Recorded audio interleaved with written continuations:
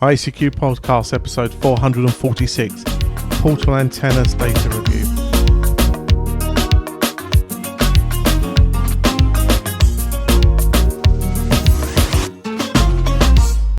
Well, hello fellow amateur radio enthusiasts. Happy New Year to you and welcome to the episode number 446 of your ICQ Amateur Radio Podcast, supported in this episode by our monthly and subscription donors.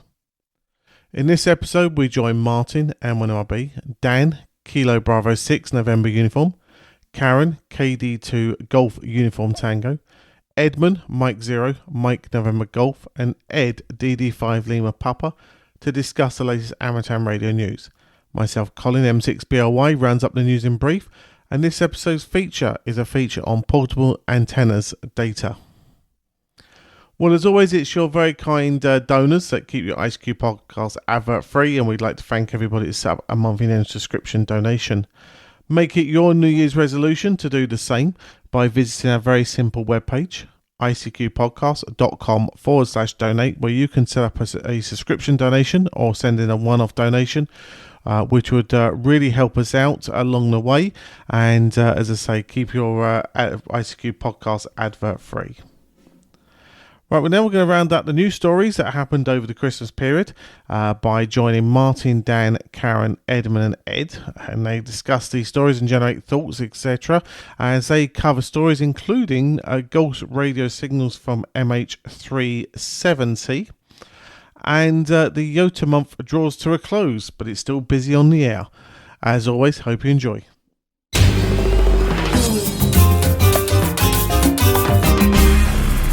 The ICQ Amateur Ham Radio Podcast, serving the amateur ham radio community fortnightly since 2008. Well, hi guys, and welcome to episode 466 of the ICQ Podcast, and tonight's roundtable for that episode. Now, this one, I'm trying to think, I think just about gets released in 2024, just after Christmas you're getting this one. And I think we're all in fairly good Christmas cheer at the moment. Tonight, I have Mr. Dan Romanchik KB6NU with me. Hi, Dan. Good evening, Martin. Good to have you, Dan, as always. Your side of the pond still, we have Caryn Eve Murray KD2GUT.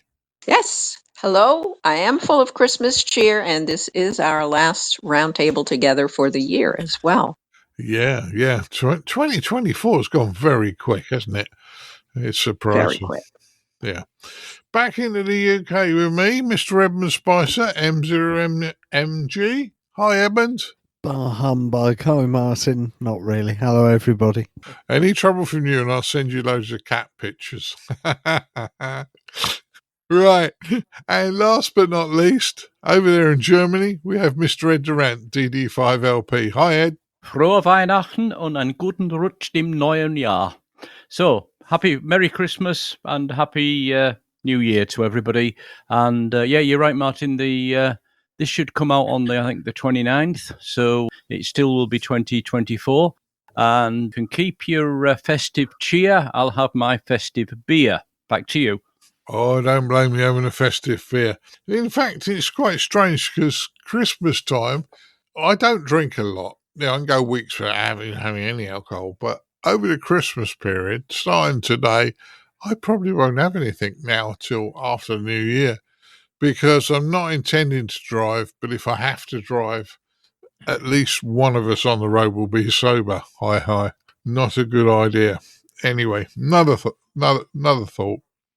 Right, let's look at our first news story. Dan put this one up. I'm going to get Dan to go first on it, but yeah, how ghost radio signals could hold the key to finding the missing flight MH370. Now, this is another attempt at trying to find this particular plane that ditched somewhere in the sea or went down somewhere in the sea, and obviously people would like closure on this to get loved ones back or dealt with. Dan, would you like to go first on this one? Sure. So the idea behind this story is that there's some researchers that plan to use the record of whisper signals weak signal propagation reporting signals to see where that plane might have gone. They're going to look for inconsistencies, if you will, or changes in the propagation to try and pinpoint more accurately where the plane has gone down. Now, supposedly they did this before, right? We talked about that. They tried this like 5 years ago, but the company, this Ocean Spirit or whatever the name of the company is, thinks that they've been able to analyze the data in a more more closely, and they think they can get closer to where the plane actually went down. Now, so I put this story in, but I have since done a little bit more research, and we said that the story says that the Malaysian government is sponsoring this research, but not really. So this searching company is doing this on a speculative basis. If they don't find anything, they don't get any money, which I thought was interesting. If they do find significant wreckage, apparently, then they'll be able to reclaim $70 million. So that's a nice little twist in the story. Can they do it? It'd be nice. It'd be interesting to get more technical detail on how they're using this data, which the story unfortunately doesn't have. But yeah, if they can find it, that's great. Yeah, I think it is. Edmund, what's your thoughts on this one?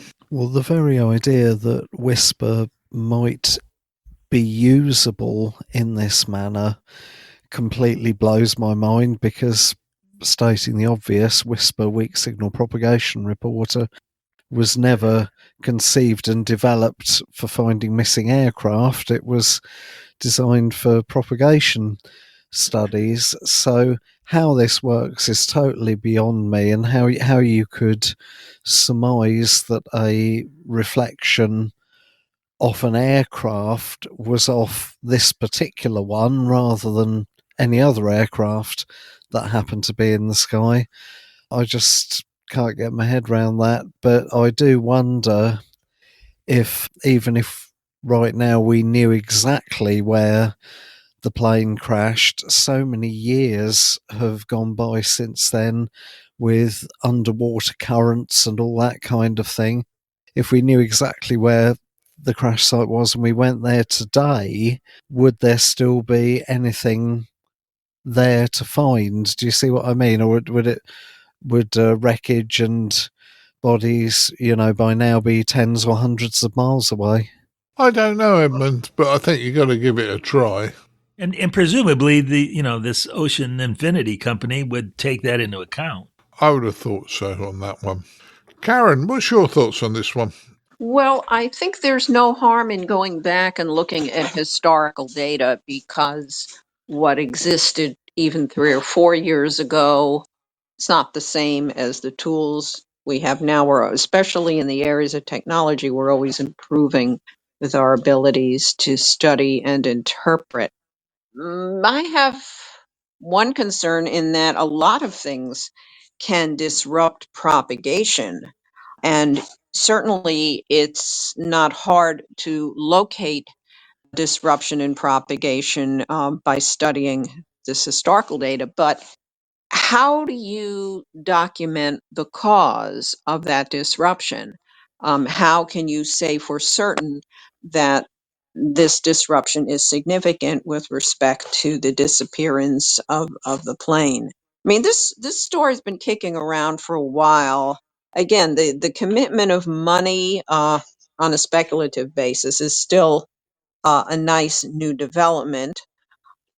But again, being able to do a deeper dig into this data is fabulous. I just don't know on the interpretive side if they can still draw any conclusions. I think Martin, that remains to be seen. Yeah, I think it is interesting. Now, I'm assuming, Ed, what they're trying to look for is aircraft scatter and possibly a blob in the map. When you put all the data up, you get sort of a blob in somewhere in the ocean where it's suddenly all got reflected back from the ocean. Is that what you're thinking, Ed? No, that's not what I'm thinking. Remember, Whisper, over these ranges, we're talking HF. Richard Godfrey is the guy who originally came up with this theory that it might be possible to look at the data. The Whisper data happens to have been captured by some websites. I don't think there's ever been an official, you must send the Whisper data to this website. There has been PSK Reporter, and there's been a couple of others that receive it and store it. The question is how much of it they've stored. So again, there's not going to be new data here. We're talking about this company going and doing deeper and perhaps better analysis of the data that is there from, when was it, 10 years ago this crashed or longer? In any case, from when this 2014, so 10 years ago. Whether they'll get better data from that than Mr. Godfrey did when he did his analysis, I think about 5 years ago, where he managed to come up with a radius of about 20 miles, about 1,000 miles west of Perth, Western Australia. And I know that was investigated by the Australian government, whether the new technologies that we have, artificial intelligence and everything else, can do a better analysis of the data to see when one would expect a signal to arrive at a certain time and it arrived a bit later or it didn't arrive. It is all very, very, let's say it would be very lucky if they did find where this aircraft was. And the fact that Joe Taylor himself says he doesn't think it will work. He's the person with his team who wrote WSPR. To me, I'd rather believe Joe Taylor than some of these other people, this Ocean Infinity company. But as pointed out, Oliver Plunkett only gets his money if they actually find something that looks like being real evidence that the aircraft crashed at a location that they say. If they also go on and then obviously raise what everybody wants, of course, is the black box, which is actually orange. And on the, what was it, a Boeing 777, there would have been 2 of those at least. That would then hopefully tell the investigators, the aircraft accident investigators, what actually happened, whether it was a deliberate act from within the aircraft or a failure of the aircraft or whatever. But I have to say, I'd be happy for the people whose relatives are on board, so they'll have final closure. But I would be very, very surprised if this latest attempt was successful. But I wish them all the luck.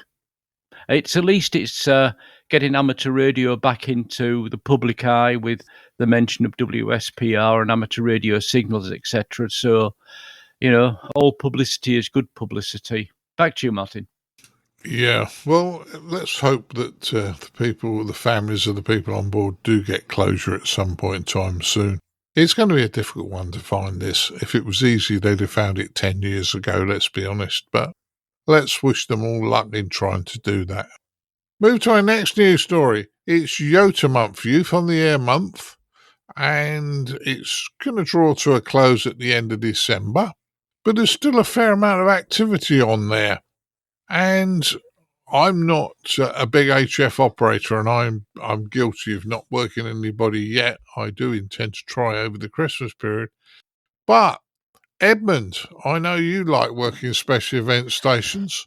Have you worked any, or are you going to try over the Christmas period? I've worked one, and that was on 40 metres FT8. I will try to work some stations over Christmas. I've got one day off, Friday the 27th. Unfortunately, for most of December, the entire HF spectrum at my location has been practically unusable. In the summer, a new couple moved in the house opposite, and they have plastered it, not just the house but the garden as well, with huge amounts of what we call fairy lights in the UK, which probably are called Christmas lights in other countries.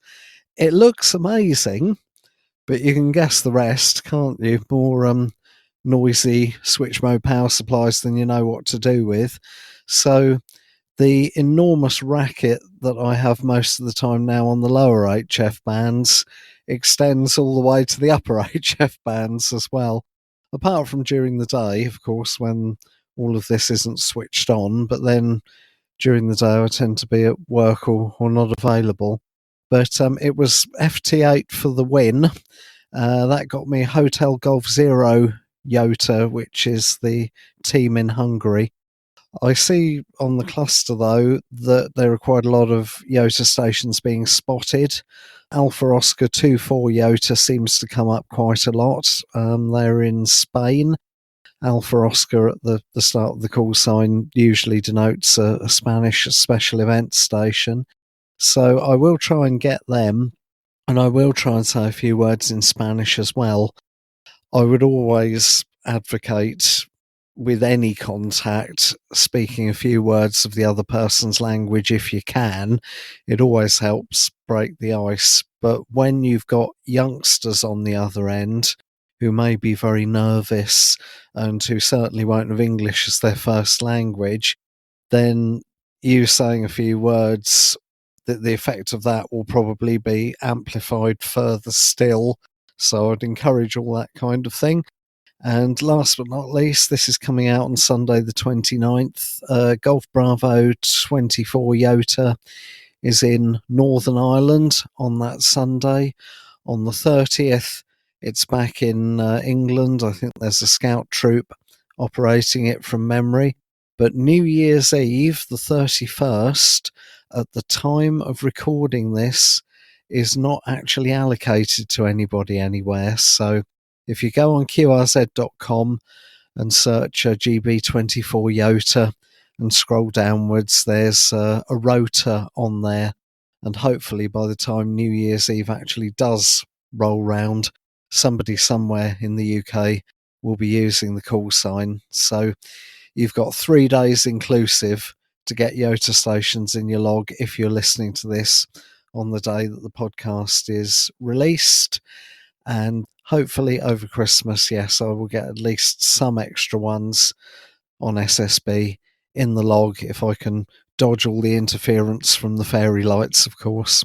Yeah, well, maybe we need to go across there over night time with a pair of wire cutters. No, I didn't say that, honest naughty boy. Slap my wrist for that one. Caryn, are you looking out for YOTA stations through December? I have been on and off, Martin. My obsession, if you want to call it that right now, has been as an activator for the 12 days of Christmas. Although I have heard, at least anecdotally, that there's been a meeting of the minds, so to speak, in that there may be some YOTA stations in the logs of our special event operators. That's kind of nice when two special events can cross paths like that. Special events are terrific to begin with. To be able to have two of them together with people contacting one another and getting in one another's logs is always fun. I do want to say, among the YOTA stations that I have heard on the air, and again, I spend a good part of my time on the CW portions of the bands. Wow, I'm hearing some terrific CW from these kids. So it's very, very impressive. The YOTA month is a wonderful, wonderful showcase of skills, of amateur radio skills in very enthusiastic young operators. So it's inspiring for a lot of us, I think. Thanks, Martin. Back to you. Yeah, I think it's good time. And I did say to you earlier on, I said I thought December would be a bad month to have it because we're all rushed around doing things, family things and Christmas. And then you put me right and said that's the time of the year when the children break up, but youngsters have more time because they've broken up from education and can be on the air. So Yeah, as long as they don't have, some teachers can be a little cruel and give you homework over the over the holiday. I remember that all too well. But most of them are humane and they say, "Go forth, have a great holiday. We'll get you when you get back." So the kids can get on the air and not have to worry too much about projects that are due on the 2nd of January. Yeah, that would be a horrible one. Ed, what's your thoughts on this one? Well, it's obviously nice to have the month, whether it's in December or some other month. Well, looking at the QRZ page, and probably the group that have activated it the most was the National Radio Centre, the RSGB National Radio Centre, GB3RS. And I suddenly crossed my mind when I was out on the 18th, activating the SOTA Summit. I was actually called by GB3RS, but that was not the day that they had the GB2 YOTA call. GB24 YOTA call. But yeah, it does seem to me that they seem to be the people that group that's using it the most. So we might find that they finish off on the 31st. That wouldn't surprise me if the National Radio Centre YOTA team finished off on that last day. That'd be very nice. Apart from that, I've got not a lot to add to what the others have said. Great thing to have. I had thought I had worked a Spanish YOTA station as well, but a few weeks back, but that turns out to have been a different special event station, not YOTA. It was for the America's Cup. Yeah, so well done with the people doing this. I think this is about the 5th or 6th year they've done the December YOTA month, and good on everybody that takes the time to organise it, and let's hope that everybody's had some good fun through it. Back to you, Martin. Yeah, I would say it's all fun. Dan, have we left you anything to say on this one? Well, I'll echo Caryn's observation about them being some very good CW operators. I worked 3 of them. I worked Whiskey 8 Alpha here in the U.S. and a Canadian, I think it was a Canadian station whose call sign I couldn't dig up just now. But I also worked E71 YOTA in Bosnia and Herzegovina. When all like Caryn says, all those operators were really good operators. So that's looking good for CW ops like me, I guess. Well, it certainly is, Dan, and CW is certainly alive and kicking, even if your student here is a failure to you. But we try. But no, it's good news that the youngsters are up and enjoying themselves on the air, which is a real good one. Absolutely. Yeah. Move to our next news story. There was an essay competition set up to write an essay, youth to write an essay on amateur radio with some really, really good prizes. Caryn, do you want to go first on this one? Yeah, sure do. This gives me great joy because it proves that people are still expressing themselves in writing. For obvious reasons, I worry about literacy in the future and whether people will be able to express themselves with pen and paper or with keyboard and screen. But 34 entries, and these kids, these youngsters, were being asked to talk about the role of amateur radio in society, and were being challenged as well to talk about how to keep young people enthusiastic about ham radio and to attract more. Who better to ask, right? Who better to ask than young people? They know the mindset, they know the values of it. So that's great. And it's really heartening to know that every year there are good people who are expressing their thoughts and are being rewarded for sharing good thoughts. I'd like to see the essays. They're not posted yet, but let's all keep an eye out for them because you can bet there are some awfully good ideas there. We talked about this, all of us among ourselves, before the recording session for this roundtable. Ed, you made a good point. Very good point, in that if kids are not expressing themselves well in writing, maybe there's an alternate means. And goodness knows you'd get more than 34 entrants if the kids were challenged to do this in video format. I have mixed feelings about that because I still believe people should know how to express themselves in writing. But hey, a video could be fun, no? I think so. Back to you, Martin. Well, maybe another group could set up a video competition. And as I say, the prizes, first prize was an ICOM IC7300, so it's not to be sniffed at. And second prize was an ICOM ID52D. So, they're reasonable prizes, I got to say. Going forward, Dan, what's your thoughts on this one? Well, I think the idea of a video competition is a good one as well. I'm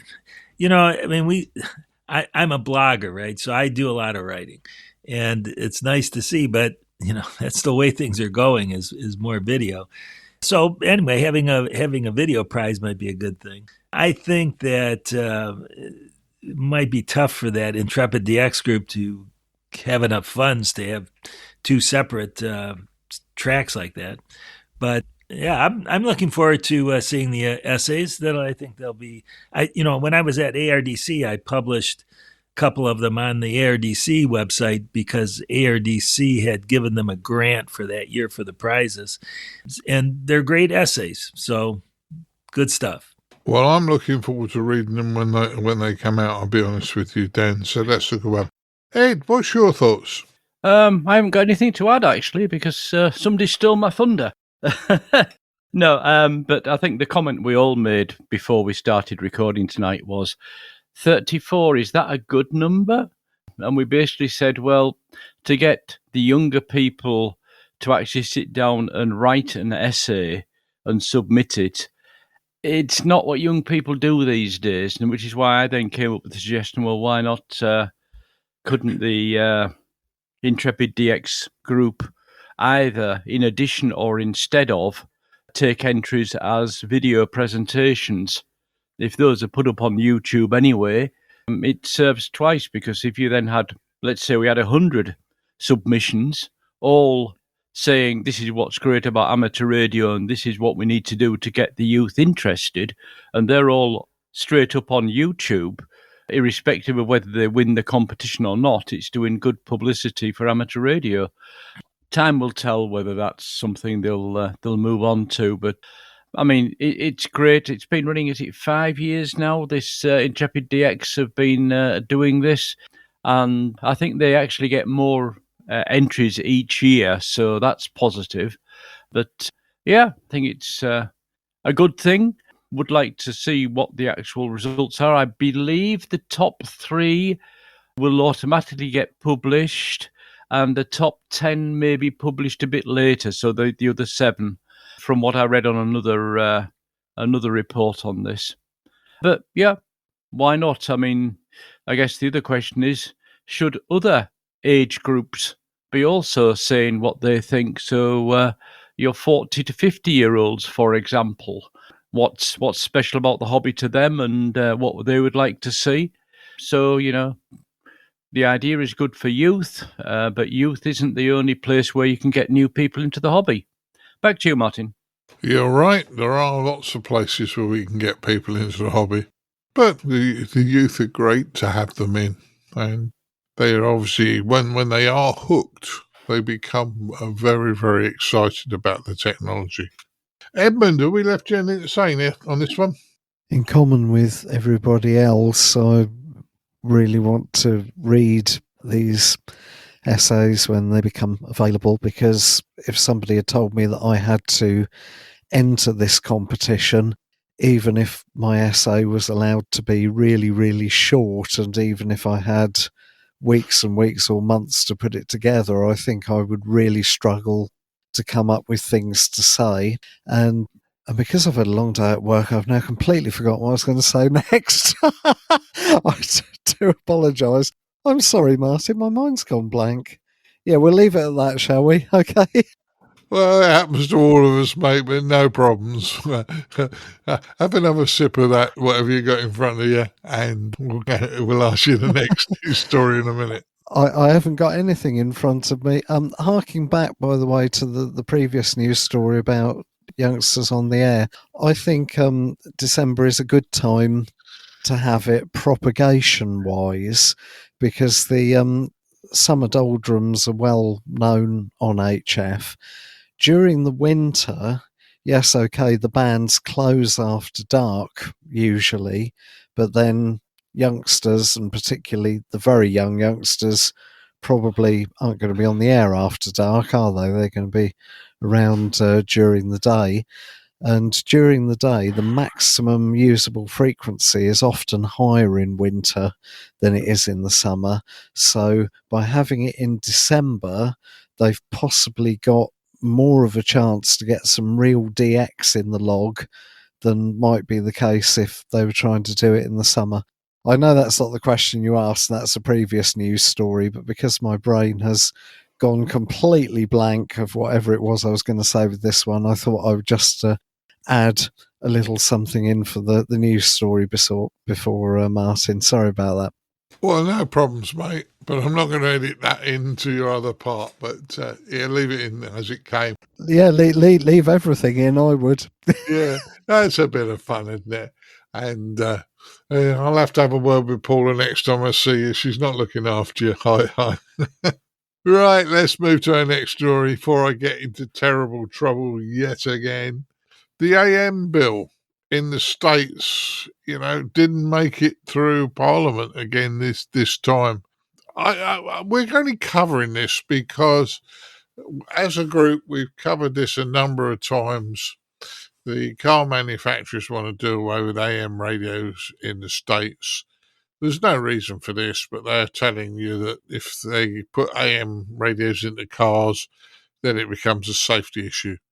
Hogswash. That's all I'm going to say. Dan, do you want to go first on this one? Yeah, I'll go first on this. So, we always cover these. First of all, this bill isn't in Parliament; it's in Congress. You said Parliament.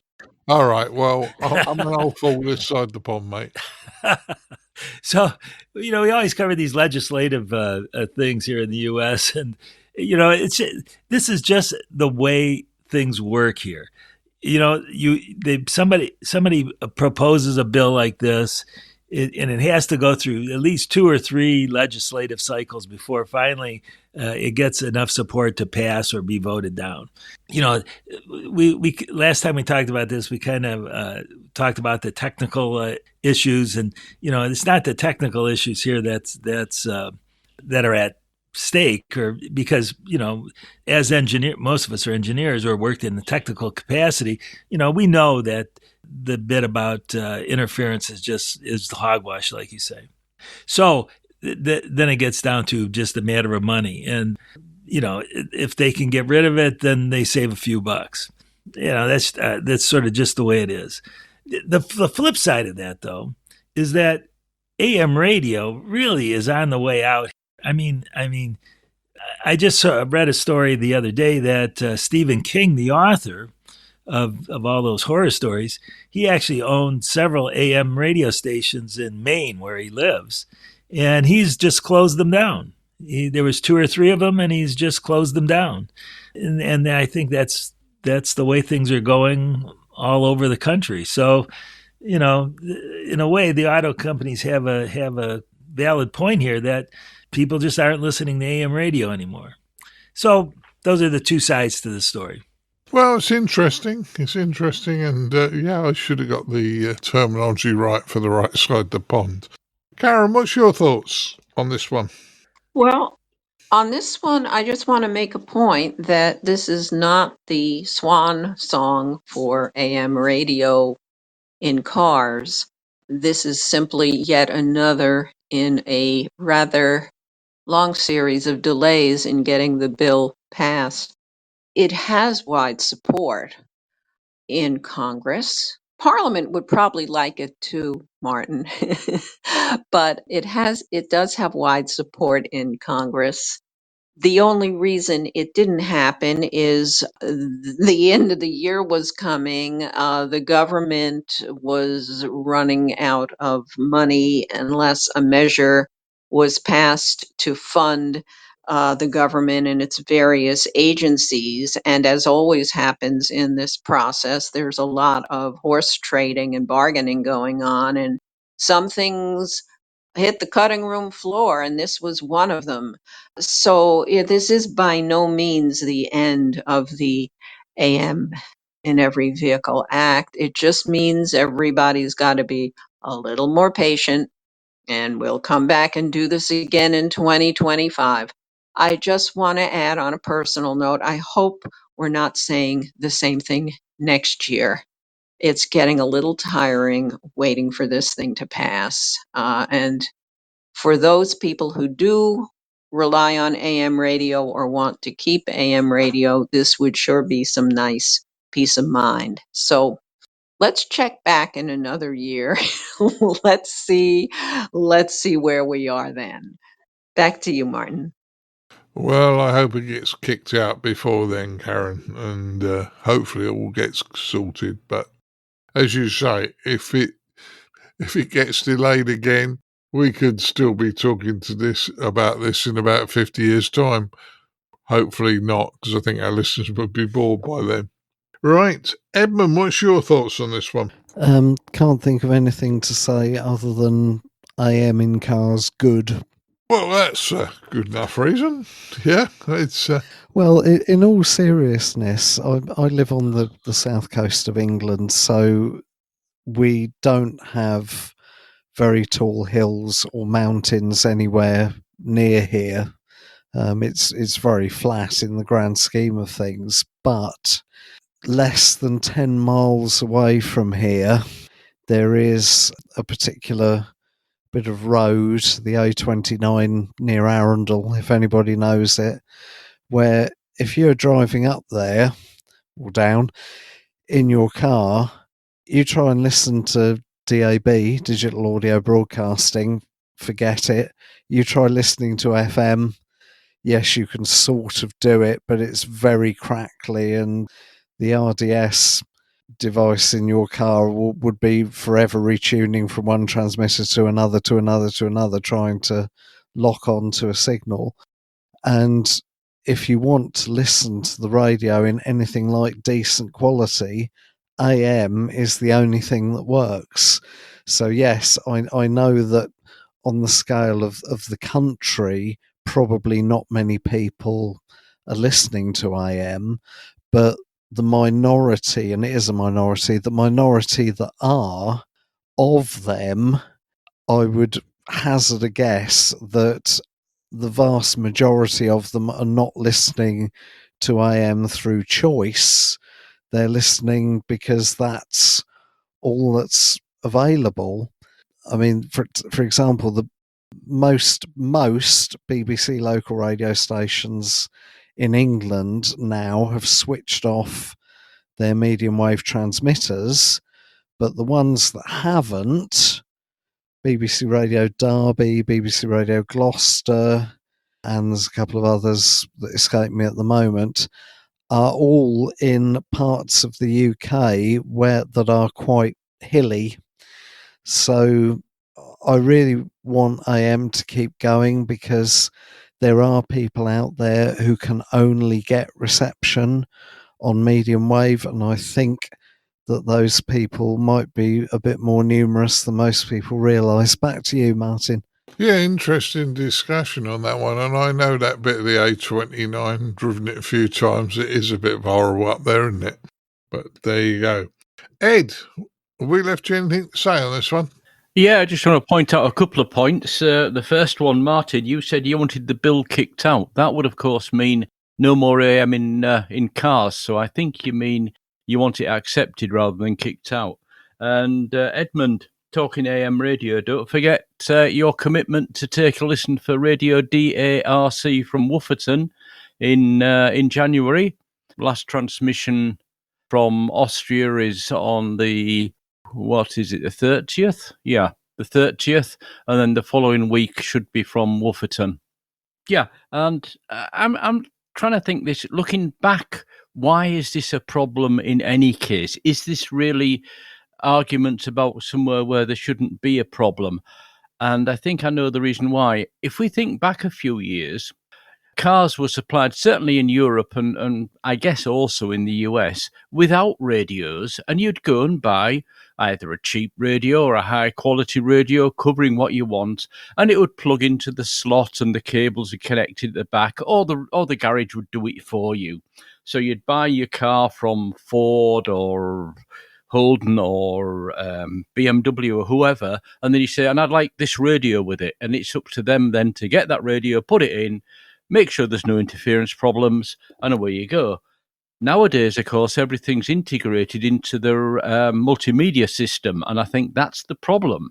If your multimedia system doesn't have a slot to plug a radio into, then you're basically stuffed. You've lost the choice. You know, you could go and buy a Clarion, you could go and buy an ABC, whatever radio previously. Maybe that's really where we should be looking at this, or the US should be looking at this, but actually the whole world. Give the people choice again. Give them the ability to add a radio into the vehicle, and don't provide a radio in the vehicle to start with. So you do your rest of your multimedia stuff like your GPS navigator, your internet audio system, whatever. And those that then want to have a radio or need to have a radio because in the area they live, the only thing they can get is AM, can then go and buy a suitable radio for the car. And if it comes along and you try and put the radio in and the car creates so much interference that the radio won't work, you don't buy that car, and that car company loses trade. And then they fix the error and the interference that they should have fixed in the first place. That's my thought. Anyway, just looking at it from a purely technical point of view, it's not that you have to have AM. It's for the people who need AM have to be able to get AM in their cars. Back to you, Martin. Yeah. Well, I agree that AM's not used a tremendous amount, but when it is, it's very, very useful from my point of view. As Edmund does listen as well. And we were always told big areas in the States can be covered with an AM transmitter, a medium wave AM transmitter, whereas VHF transmitters only go fairly short range. So there you go. Right, move to our next news story. Disappointment. We lost a satellite on a launch. Caryn, do you want to go first on this one? Sure. This was the Paris T1A satellite, and it has I guess you'd call it a twin or a companion, the Paris T1. Both of these satellites were built by students at National Formosa University in Taiwan, and these were ham radio satellites. People were very excited about the T1A satellite because this would have put yet another FM repeater into space. And equally exciting was to have been the launch by a Japanese startup company called Space One. That didn't go so well. The rocket destroyed itself shortly after liftoff, just kaboom, destruction. There was a safety mechanism that got triggered because something went wrong and everything was toast. So, back to the drawing board with that. So, people are disappointed, but should not take too long for Paris T1 to be up in the sky. This is going up courtesy of good old SpaceX. And this one will have an APRS store and forward system. And this will be something that people will be able to use for they're into APRS, and they've been waiting for this. As far as the other one, well, they're not even talking about putting that on the schedule just yet. They have to analyze what happened. They think they know what happened, but they're not absolutely certain. Let's cross our fingers and let's hope we will have a story at some point about Japanese startup trying again. That would be a real triumph to get not just that little FM repeater up in the air at long last, but for these folks in Japan to have a success. So I look forward to getting that story at some point. 2025 may bring it our way. Back to you, Martin. Yeah, it's a shame that we have lost one, but the thing is, with everything in life, you need to learn from what went on and then work your way out of it. Ed, what's your thoughts on this one? Well, I just echo something that Caryn was saying there, that of course startups in the space industry, it's actually quite normal that you'll have a few, you don't want to have them, but you'll have a few failures at the start. I would expect that the Taiwan University probably paid nothing for the place on the startups rocket from Japan. They'll be facing a lot bigger bill from SpaceX, of course. Or maybe not. Maybe it's done as a favour. But, startup companies, they will have that problem. Even SpaceX in the early years had some disasters as well. So it's normal. You learn. It's a difficult industry. I'm a little bit disappointed to see that this was a normal metal CubeSat. I'd hoped we'd all change to the biodegradable wooden ones now. No, that's jumping ahead a little bit, because that wooden satellite should be coming online very soon. It's certainly up in orbit as it should be, and I believe today or tomorrow is the schedule to turn on the amateur repeater on the wooden satellite that we've reported on previously. Good luck to the Taiwanese students to get their replacement satellite launched by Space One out of Japan again when they've sorted out what sensor or what problem caused the destruction of the rocket last time. And as Caryn says, hopefully in 2025 we'll be hearing about them putting up satellites up there. Presumably we can find enough space to put them up. With so many satellites going up all the time, it might get a bit crowded up there. Back to you, Martin. Oh, yes. But we've talked about that quite a few times on that one.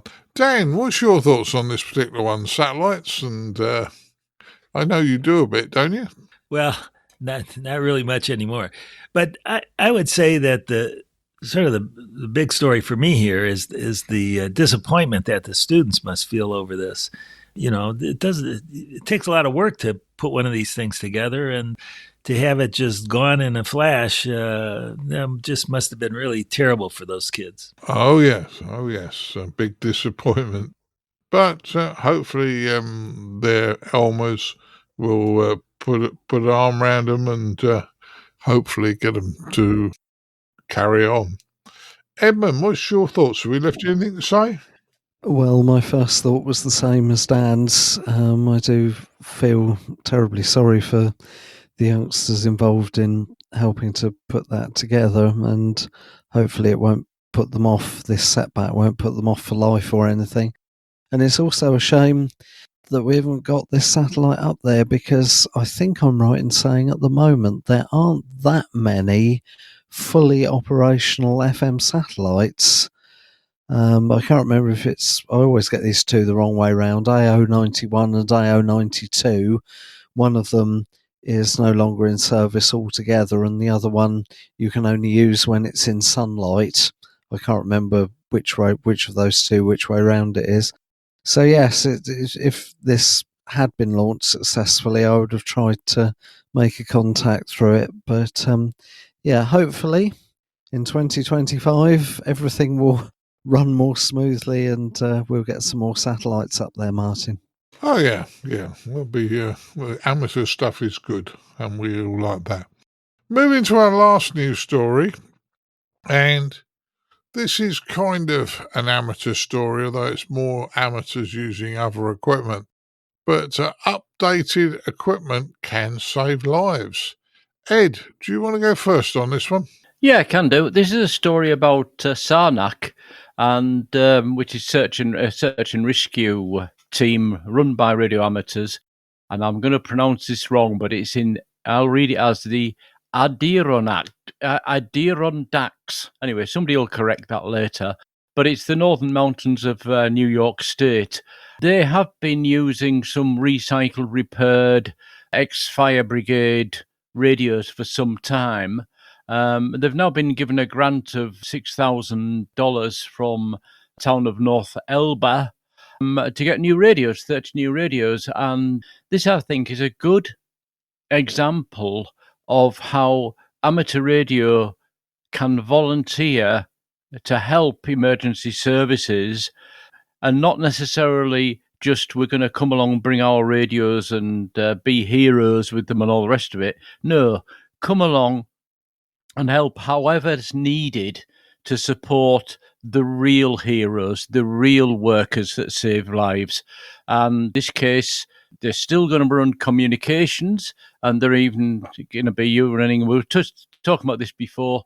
It's actually going to, from the story, it appears to be that they'll be using commercial VHF radios, probably Motorola or something along that lines, and for communication, for helping in the case of emergencies around like Lake Placid area.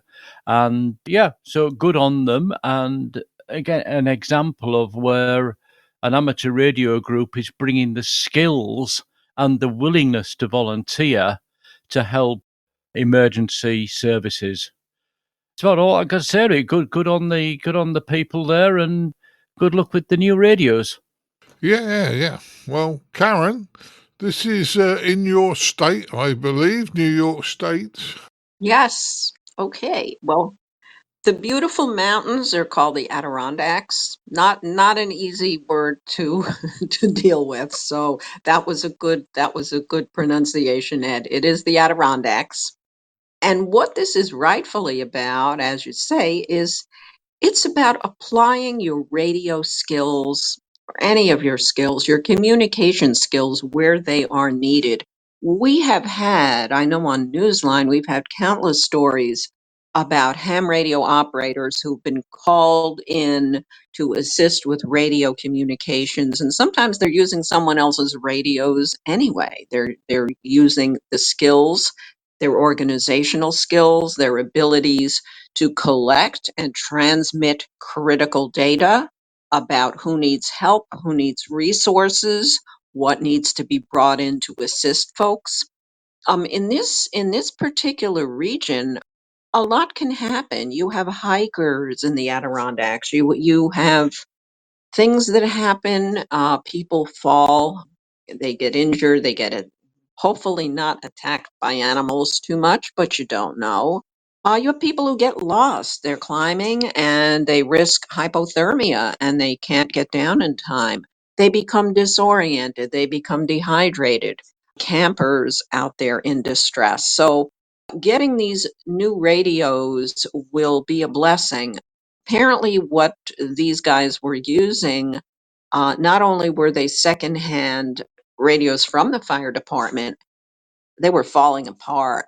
The radios, not all of them were completely functional, which is no longer acceptable when you're doing this kind of work where lives are at stake. This is wonderful. It was a neat story too, simply because Sarnak is entering its 30th year of existence, and just a couple of years ago, it might have just completely disappeared because its membership ranks were really going downhill during the pandemic, as the pandemic really depleted a lot of things. Sarnak itself was having trouble attracting and keeping people. So the happy news is, in its 30th year, it is getting 30 new radios for its core group of 30 volunteers. So 30 is indeed the magic number for the Sarnak folks. And we wish them lots and lots of luck, and hopefully not too many accidents or incidents, and certainly no tragedies. I hope these things can be prevented through the use of this upgrade. Okay, that's it. Back to you, Martin. Oh, yes. What you said, it makes a hell of a lot of sense. They did talk about potentially also doing a digital mode, and I'm going out on a limb here. I think if they do a digital mode, they'll use P25. They won't use one of the amateur radio digital modes, because if you're trying to talk to the police, fire, ambulance, and whatever, why would you want to run a completely different digital mode that they can't talk to you back on? Anyway, that's me going off on a tangent. Dan, what's your thoughts on this one? Well, I think one of the takeaways here might be that if you have a group like this, and even it being a volunteer and group and supported by amateur radio, you want to be professional about it. And by that I mean, you always want to look to update your equipment and update your skills. We talked about radio skills because radio equipment goes out of date and it fails. So if you get into a situation where you got crummy equipment, you can't really do much of a job. So anyway, the whole point here would be, do a as professional a job as you can, even if you're running a volunteer organization. Well, that makes a lot of sense, Dan. Makes a lot of sense. Edmund, have we left you anything to say on this one? Well, it's always a good idea to update your equipment, even if it isn't crummy and even if it isn't obviously falling apart. I was helping out at an event a couple of years back, and a chap there had a handheld that wasn't brand new, but it certainly wasn't elderly either. He'd used it a fair bit during the couple of years that he had it, and midway through the exercise, without any warning at all, the battery just suddenly failed completely, even though he had no idea that was going to happen, and he charged it up before he left home that morning. So yeah, if you're using radio equipment for that kind of thing, it's always worth upgrading, even if on the face of it it's not absolutely necessary. So yes, this is good news, Martin. Back to you. Oh yeah. Well, it's good news. But the other one,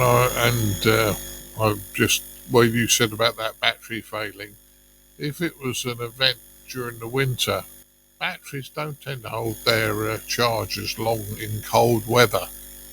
So they seem to die very quickly if they get very, very cold.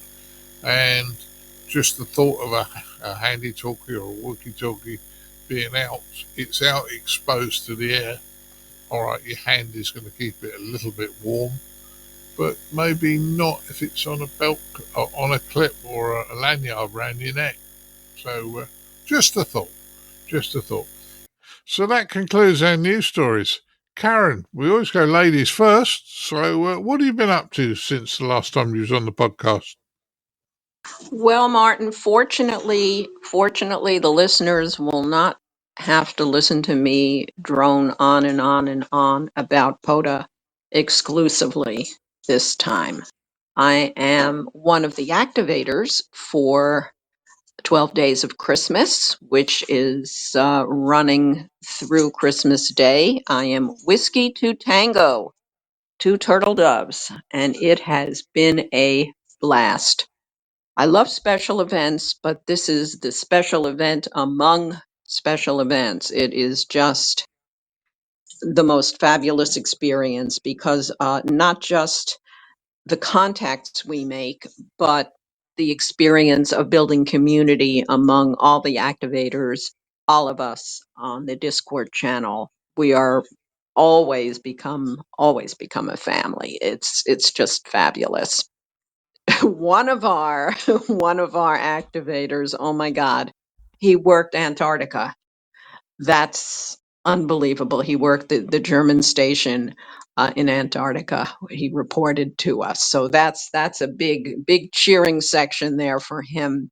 As for me, I had a personal first. My humble little 100-watt station here in New York was chased successfully, and I successfully logged. Well, gosh, I've never been chased by VK. I got my first, I've worked Australia, I've chased Australia and New Zealand. I've never actually been chased by VK. Now, we were doing this on CW, and my brain was racing at that point, and I'm saying, no, that's Canada. That's a VE. That's a VE. So I sent back to him VK question mark, VK question mark. And I get a Roger, Roger. And it's like, no, that can't be. Anyway, I logged him as a VK and I emailed him afterward. And indeed, well, he's got a monster antenna and he's a true gentleman and a fine op because I did send my personal call sign as well. And I said, would you mind? I would love to get a QSL card from you. Very kind man. So I'm looking forward to that. That's my Christmas present from the 12 days of Christmas. I am just having the best time. This is the spirit of Christmas. I am doing some sideband as well as CW, and I am just loving every single minute of it. I encourage any listener who has an opportunity to do a special event, either locally or globally, try it out if you've never tried it out. It just gives you such a good feeling. And Edmund, I know you love special events, so you certainly could endorse this experience. Beyond that, I'm looking forward to Straight Key Night in January and the K3Y Straight Key Month event of the Straight Key Century Club. And I think, and I'm starting, I just got an early Christmas present from my brother, which is a bandpass filter for 20 meters, which is my go-to. Frequencies are on 20 meters for when I do POTA. I know bandpass filters are super hard to come by now. They're pretty rare. And he said to me, there's probably a box on your front stoop from DX Engineering. And sure enough, I guess he got the notification today that it arrived. And there was the box. And I called him up because he lives in Maryland and I'm here in New York. And I said, well, it's not Christmas yet. Can I open it? And he said, of course. And there it was. He says, well, you know what it is. This is what you asked for. Takes away the surprise, but I don't care. I got my bandpass filter. I am a happy camper. And on that note, I'll send it back to you, Martin. Well, sounds like you will be a happy camper. We fitted a bandpass filter to our repeater the other week, the other Martin and I, because that suffered a lot of noise either side of the 2 meter band. Now, Caryn, I can't remember whether you mentioned this last time or it happened just after the last time you was on, but you did a interview with the Pennine Ham group, didn't you? Oh, I sure did.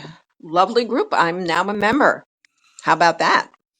That can't be bad. That can't be bad. And as I say, it's now 3 of us who've done talks for the Pennine Ham group, and they're a really good group. Guys, you know, if you fancy joining an online club that is very progressive, have a look at Pennine Ham Facebook group or their website. You'll find them. Just put it into Google. I'd like to jump in and say, most importantly, Martin, because I'm on the other side of the pond from Pennine Ham Group, I have received such an incredible welcome from them. And I know there are a couple of other members here in the States, but what a nice group. What a nice group. And I do intend to be as active as I possibly can be from this great distance. I really do feel like they wanted me there as a member. And that's why I joined. You can be a guest speaker in a place and not join and say, thank you very much for hosting me. See you guys, enjoy and good luck to you. But I really felt like this is the kind of group that I would want to be a member of. And I'm so happy. Yeah. So I encourage people to look up Pennine Ham Group and think about it. It's just a fabulous, welcoming environment. Yeah. Well, very quickly, I know this is an advert for Pennine Hams. I'll move on and we'll ask you guys in a minute. Pennine Ham do a talk normally have a presentation about once a fortnight, every other week.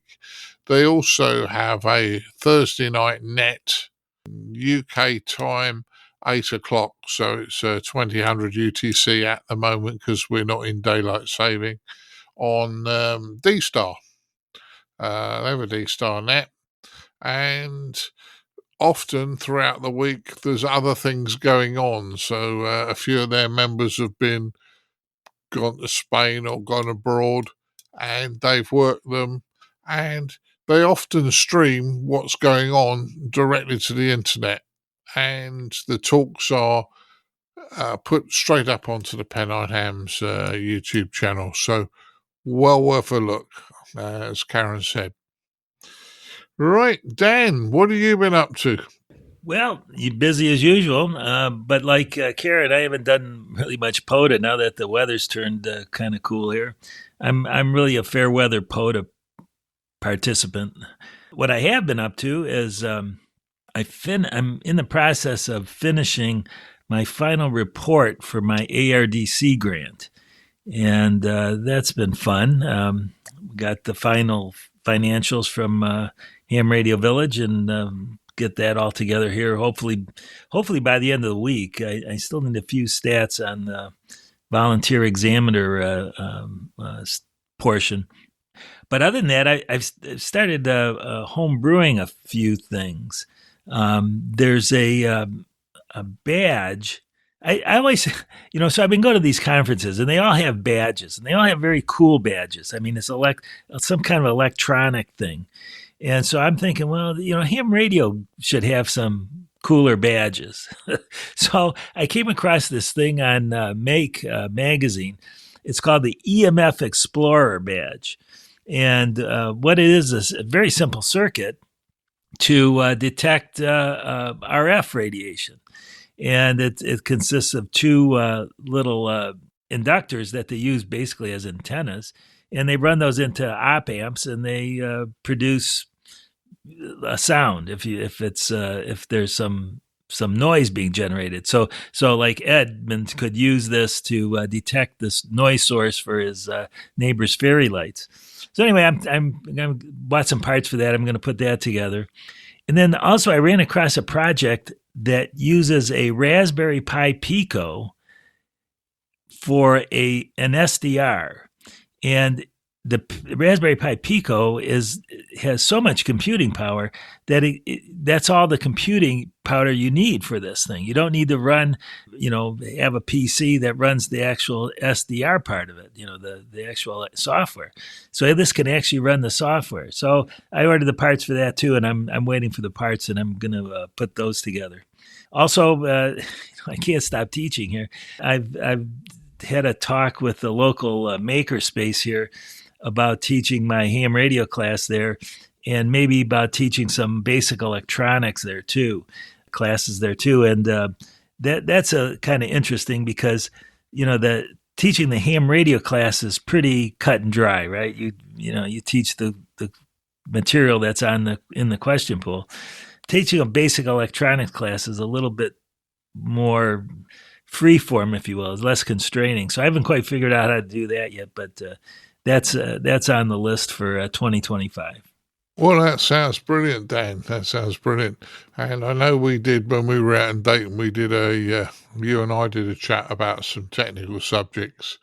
And we said we'd do another one, and we must at some point in time. I know I did a tips one last episode, but we must do another one because I think passing our knowledge on is useful to the rest of the community. So, on that one.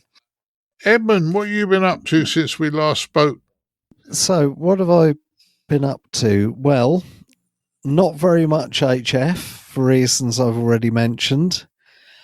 I'm hoping that my new neighbours have really pushed the boat out this year because it's their first Christmas, and that it's not going to become a yearly habit.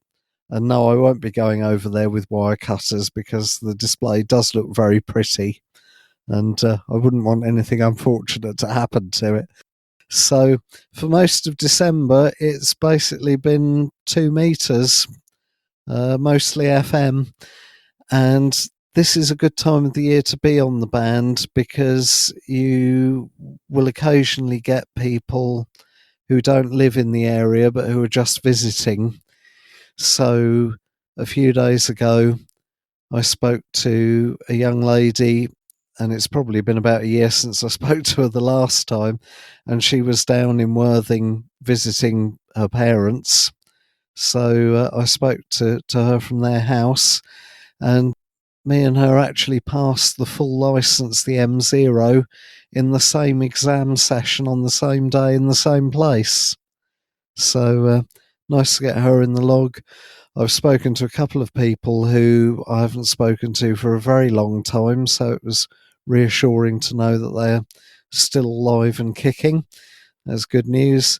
Worked the Wings Museum up near Gatwick, Mike X-Ray 0 Whiskey Golf Sierra, and a few days ago I worked a gentleman on a SOTA summit, Leith Hill up in Surrey, so that was a new one for me.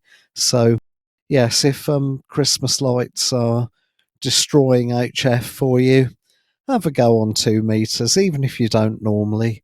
And yes, you may have to call a lot, and you may have to call a lot more than once over several days. But if you keep plugging away, after a while, you'll look back at your logbook and you'll have a nice selection of people who you've spoken to. So that's it really, but compared to the summer months, Martin, I've done very little amateur radio in the last month or so at all. Yeah, I know the situation, mate. Know the situation. Ed, have you got snow at the moment and you stuck inside? Well, it is actually snowing again. Yeah, it snowed last night, it's snowing now. There's more to come. There's lots more to come. And I'm hoping I'm not going to be stuck inside in a couple of days, because one of the things I have been doing, and I hope to do again perhaps on Boxing Day, is get out and activate some of the SOTA summits that are going to be removed from the SOTA system at the end of the year. There's about 45 of them in the southern German area that no longer or never did qualify for the scheme, and they are being removed on January the 1st. And quite a few of them are some of my favourite summits, but, that's life, I guess.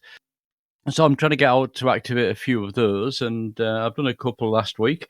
Interestingly enough, as I mentioned earlier, when I was out on one of them, I got called by GB3RS, which was a nice surprise.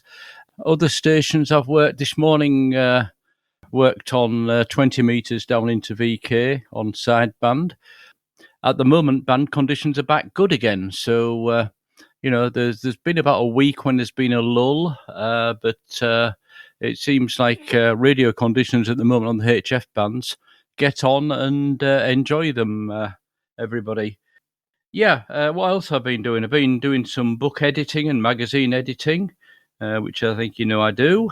And something new for me, I mentioned last time, but I'm still getting into it, is playing with the Linux inside my X6200 radio to make it do things differently to the standard code that's in there without breaking the thing, hopefully, and learning a lot more about Linux on the way. Yeah, I've also prepared a short feature for this show, so you'll be hearing that a bit later on. And you mentioned about Pennine Ham streaming some of their presentations and things, and having a streaming channel on YouTube, etc. I actually a couple of days ago called into one of those, one being run by Callum. This is called M0 XTT, or there's that one of his two calls. Anyway, it was on 40 meters and live streaming it, and called in here from southern Germany, and it's a new way of enjoying a bit of amateur radio, and hearing your own signal come back on a video streaming channel is interesting. At least you can hear how your signal is, and if you need to do something about the audio quality or whatever. So all very good. And I've got a question to throw it back to you with Martin, which is, have you set any New Year's resolutions? Back to you. Oh, that's a horrible one, Ed. Horrible question. I know what I'd like to do, but I just don't know where the time goes. Yes, I have a couple of projects I'm working on in the background, not necessarily amateur radio. We will be in Friedrichshafen. We probably do a couple of events early in the year. There are a couple of rallies we normally get invited to. I'm just waiting for them to confirm. And I'm sure Edmund will join me because they're great fun. If you're saying what would I set as a New Year's resolution, I'm not going to say I'm going to learn Morse because that I failed that one probably on the 1st of January. Sorry, Dan. I think I'm in some ways taking a bit more of a sabbatical from a lot of the things I'm doing, and I'm going to do a bit more on the radio than I normally do. So I think I'm going to be operating more, Ed, is the answer to that one. Right, what else have I been up to? Well, very little at the moment because it's Christmas time, as we all know, and Mrs. B just goes thermonuclear over Christmas. She'll stop Christmas Eve and go, whew, that's it. And I'm thinking, you busted got to do all these things. Do we really need to do all these things that you've done? But I ain't picking the fight. Colin was over a couple of weeks ago, and just as the last podcast went out, and he he run me ragged in London. I think we were on about 15,000 steps every day. So it was a fair amount of walking and doing bits and pieces. Have been mobile a fair bit and on the talk group, and I've called up with quite a few people on the talk group I haven't spoken to in a long time. So that's basically where I've been on the radio. And one other thing, if anybody's interested, Ragcom 2025 was hit your doorstep a couple of weeks ago or a week ago. On page 72 and 73, Colin wrote the press release for smart radio that we did in the UK. It goes about a page and a half. I wrote a five-page document about what it all was, and then Colin said, this ain't a news story for a magazine. This is a report. I'll make it into a news story. So that's what he's done. And the ICQ gets another mention, page and a half mention in Ragcom again. So just another couple of things. But yeah, you caught me a bit there, Ed, asking me if I'd set any New Year's resolutions. Pretty not nothing definite yet, put it that way. Right, well, all's left for me to do now is to thank the guys for turning up. And as I say, we're all going to have a good Christmas and a happy New Year. But I'd like to thank Mr. Dan Romanchik KB6NU. Well, no thanks necessary. It's my pleasure as always. Great to have you, Dan, as always. I'd like to thank Caryn Eve Murray KD2GUT. Thank you, Martin, and I'd like to thank the listeners for another really good year of listening and sharing with us, and all the best for 2025 as we get through the season. Oh, yeah. And in fairness, they've put up with us as well. So, yeah, great. We've got some great listeners out there. I'd like to thank Mr. Edmund Spicer M0MNG. Yeah, 7-3 Martin, thanks for having me on, and I hope everybody has had a wonderful Christmas time by the time they hear this, and a very happy, healthy and peaceful new year for 2025. Certainly. And last but not least, Mr. Ed Durrant DD5LP. Yeah, thanks for the invite as always, Martin, and to the listeners, stay healthy, stay happy, and enjoy the hobby. Yeah. And as Edmund said, by the time you hear this, Christmas will just be over. We will hope you've had a wonderful Christmas and all got what you liked. And guys, why not drop us a line telling us what nice piece of kit you got? Like Karen's just told us, she's got a new bandpass filter. So all's left for me to do is say have a wonderful Christmas and a happy New Year. And I'll say 73 to you all, and we'll move on to the podcast. 73, guys. 73. Keep your amateur ham radio podcast advert free by donating less than a length of coax. Visit www.icqpodcast.com/donate now. For all the news, links and information, visit www.icqpodcast.com. Now it's time to have a look at the news in brief with me, Colin M6BOY. News here that the HAMSCI group are expecting a big 2025 with the news of their next conference. They've asked interested hams and scientific community to keep the date of the 14th and 15th of March available for HAMSCI's Big Year, a conference that will take place in the New Jersey Institute of Technology in Newark, New Jersey, USA. So those attending in person on Friday, March the 14th, will be able to go to a banquet dinner with a currently unannounced keynote speaker. So you can find more information on the group's website that we'll publish for you on ICQPodcast.com. ARRL will be conducting a slow scan TV experiment throughout the Christmas New Year period running through to January the 5th, officially titled Expedition 72. Interested listeners can receive slow scan TV images in PD 120 mode from the International Space Station on 145.800 MHz. There are 12 different images in the series coming from the station. So I say keep yourself tuned in for that, and hopefully you'll be able to see some wonderful images. Now, if you're looking to help out your national body, the RSGB are looking for a lecture coordinator. They conduct about 60 lectures each year in a mixture of in-person, hybrid and remote formats. And the current coordinator, Keith Hotchkiss, Golf 0, Foxtrot Echo Alpha, has had to take a step back for professional commitments. So if you can help out, the RSGB General Manager, Steve Thompson, would love to hear from you. His email address is gm.dept@rsgb.org.uk. Celebrate the new year as a straight key Morse code operator by joining the ARRL Straight Key Night. This will take place throughout the 1st of January, and it's a 24-hour event. It's not a contest, it's more of a day dedicated to celebrating the Morse code heritage. So as I say, lots of opportunities to take part conversationally with QSO contacts. Using straight keys or bugs to send Morse code is preferred. There's no points to be scored. And everyone who participates is going to be a winner. So great opportunity there for you. You can send in your entries for the Straight Key Night. Votes for best fist and most interesting QSO will be tabulated, included in the results. So say interesting to try out for there. So I hope you have great fun on that day.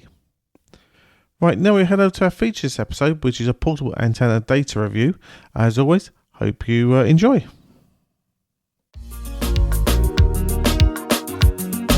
And now for this episode's feature from the ICQ podcast.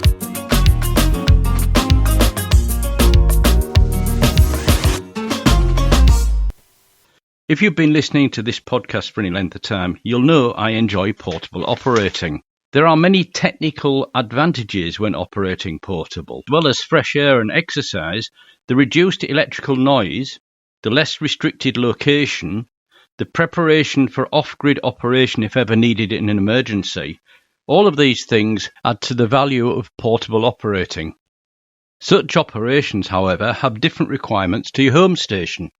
Even when only operating from a parked car rather than hiking to a nice picnic spot or climbing a small or large hill, the equipment is better when it is compact and lighter weight than what is acceptable in your home station. The term backpack portable comes to mind, with the target of packing radio, battery, logbook, seating, food, water, all into a backpack. When operating on HF, however, the one thing that isn't going to stay in the backpack is your antenna system.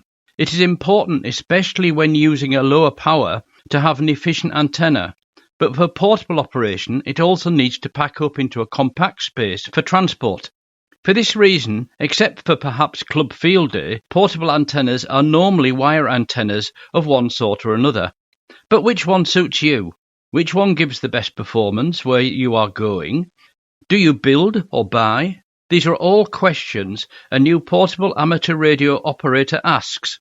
From time to time, we do book or equipment reviews here on ICQPodcast, but this may be our first website review. Now, in keeping with our mantra of no commercial influence, I will point out that this website is free to access and you do not get adverts thrown at you. Indeed, this website echoes another ICQ standard of by amateurs for amateurs. Rob, DM1CM, is a British expat living in southern Bavaria. He is retired and along with portable operating, website programming is his hobby, one he does rather well. Anyone who has anything to do with SOTA will know SOTA maps, which Rob created some years ago. He has now moved on to portable antennas, and the website I am reviewing here is called portable-antennas.com. Rob realised that while there were specific calculators around the web to get measurements to build simple wire antennas for use portable, there was no central resource. He also saw that most of the websites gave dimensions to build the antenna, but no information on how it would radiate. The reader was supposed to go and use EasyNEC, Garner, NEC2 or whatever on their own. Rob decided to not only have his own dimension calculators for wire antennas, but also build antenna modelling software into his site, so the user can do a "but what if I change this?" or "my wire is not 3mm bare wire but 2mm stranded, insulated with PVC" enquiries. Moving the feed point on an off-centre fed dipole changes the bands it will support. You can see this visually on Rob's site. What about coax? Not just what losses do each type have, but also what effect on the VSWR does different types of coax have? For someone looking to build their first portable antenna, or indeed looking to improve what they have, either by modification or replacement with a different type, Rob's website is a good send-to location. Rob is constantly adding different types of antenna to the site. At the moment, there are pages for the following antennas: linked inverted V dipole, off-center fed dipole, end-fed half-wave, quarter, half or 5/8 wavelength vertical, delta loop, half square, Moxon, dipole beam, and hen tenor. As you can guess, there's plenty there for everyone. Opening any one of these design pages presents you with the same layout. First, you need to enter your requirements, or use the default ones. Band or bands to be used, type of wire and insulation, height of support pole, how many radials, if radials are needed, angle of radials or angle of the apex. Now press Show Antenna, and you will be shown a 3D image as well as an overview chart with all the needed dimensions. When you now scroll down the page, you come to the fun stuff. Using NEC version 4.2 inside the website, after entering the expected type of ground, you can request 1. Plots of radiation pattern, azimuth and elevation, 2. A VSWR chart, 3. Antenna currents diagram, and 4. A Smith chart. All of these pages are for you to try different things. Perhaps you only have a low support mast. How does that affect how well the antenna works? If you change that light and ultra-thin RG174 coax for even RG58, what difference will it make? Will my antenna, which works fine on grassland, work well if I put it up on a rocky mountain? What will happen to the SWR and radiation pattern? For those new to antenna modelling, give this site a go. When you're not sure what or why you should set a particular parameter or leave it as the default, you have a good explanation when you simply press the big I symbol. So please go and enjoy this free resource from an amateur for all amateurs. You may find out a lot about your existing portable antenna that you never knew, or be encouraged to build your own new antenna for a few pounds, euros, dollars, rather than having to buy a commercial one. That website address again is PORTABLE-ANTENNAS.com. 73s, this is Ed, DD5LP. The ICQ Podcast. Come for a moment. Stay for an hour. Well, thanks there to Ed Durrant DD5LP for his feature this episode and looking at portable antennas and the data that's out there on the internet. And I'm sure there's a great opportunity for you if you're a SOTA activator, a POTA activator, or many of the other great ways of getting out and about with your portable radio. As I say, your antenna, which is an important part of that kit there, and great to get that information from there. And I know that POTA is one of the things that you've been enjoying a lot more recently, and I'm sure once the weather gets better here in the Northern Hemisphere, you'll be back out in the parks again soon and enjoying operating out in the open. Yeah, certainly will, Colin.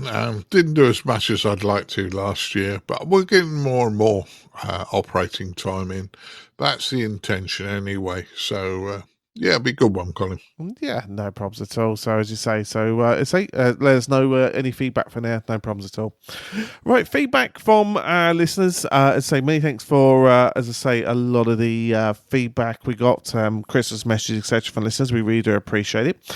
Just what you picked one out, and that was from Ed, Whiskey X-Ray 2 Romeo, who wished us and the team, as a happy Christmas, and for helping getting the word out for the HAMSCI group across 2024. And he says the podcast gets better and better every year. He says he'd hope to catch up with us either in Dayton or Orlando. And he's also got Friedrichshafen in his calendar for next year. So I know, Dad, you and I are committed to Friedrichshafen in 2025. I believe Edmund and Ed Durrant will also be with us in Friedrichshafen, say for that one. I'm not sure yet about our American friends and Dayton. I haven't asked them yet, to be honest, but say I'm sure everyone appreciates it. It is a big undertaking to do both shows in the same year financially for us. As I say, we do pay our own way getting to a show. So I can't remember what the bill was for last time we went, but I know it was a lot of miles we covered, say, for our road trip, say, in that last one. But as I say, we'll be in Martin and I will be in Friedrichshafen in 2025. So looking forward to catching everybody up there. And we'll probably also do UK Hamfest and a few others as well. So as I say, we'll let you know as we get them planned in. But on Biggies, it's Friedrichshafen for 2025. As much as I'm sure you'd have appreciated the trip back to Dayton, that's I think that's the plan, isn't it, Dad? Yeah, but you miss Mrs. B. Mrs. B is going to be with us in Friedrichshafen. So, yeah, assuming that her knee operation has gone correct and she can walk about, she will be with us in Friedrichshafen, which is coming anyway. She's booked on the ferry from. So there you go, Colin. Yeah, talking about actually, we're joined by both Mrs. B's actually. I mean, mine won't do the show, but she'll be around the Friedrichshafen area. So yeah, we'll have both Mrs. B's as say with us on that trip from there. Right, okay. Well, as I say, the big, as I mentioned, say the ICQ podcast is an advert-free show, and it's your donations that keep us, on the air. So we'd like to thank, all the listeners that supported us throughout 2024 with their monthly annual subscription donors and their one-off donations. Please don't forget us. Please go to ICQPodcast.com/donate. As I say, all those donations, go towards, paying our running costs. And as I mentioned, they really do go into the show and the associated activities. They don't go on things like trips to Hamfest, etc. That's all paid for out of our own pocket. So please do consider supporting your show and keeping us advert free. Right, we'd like to thank the guys who joined us on the News Round Table. So Dan, KB6 Uniform, Caryn, KD2 Uniform Tango, Edmund, Mike 0, Mike November Golf, and Ed, DD5 Papa. And thank you as well, Ed, for doing the feature for us. We really do appreciate it from there. Right, well, I think that just about wraps up episode 446 of your ICQ podcast. I think the only thing left for us to do, Dad, is to wish everybody a happy new year for 2025 and hope they continue to enjoy our wonderful hobby. Yeah. Well, I'm going to wish everybody a happy new year, and I'm about to go off and make sure that Mrs. B has something nice with her with a cup of coffee this morning. So, yeah, we'll catch everybody in the new year. 73. Yeah, 73 is all.